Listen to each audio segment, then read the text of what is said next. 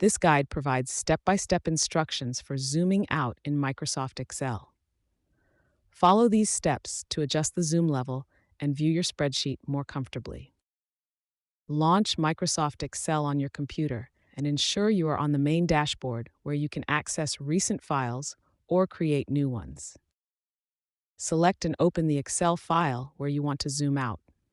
This can be done by double-clicking the file name from the recent documents or navigating to the file location and opening it. Locate the Zoom Resize box, usually found at the bottom right corner of the Excel window or under the View tab in the ribbon. Click on it to view zoom options. In the Zoom Resize box, choose a smaller zoom percentage, such as 75% or 50%. This will reduce the size of the content, effectively zooming out the view of your spreadsheet. Now that you have zoomed out in Excel, you can continue to work on your spreadsheet with a more comfortable view. If you need to zoom in again, simply repeat the steps and choose a larger percentage.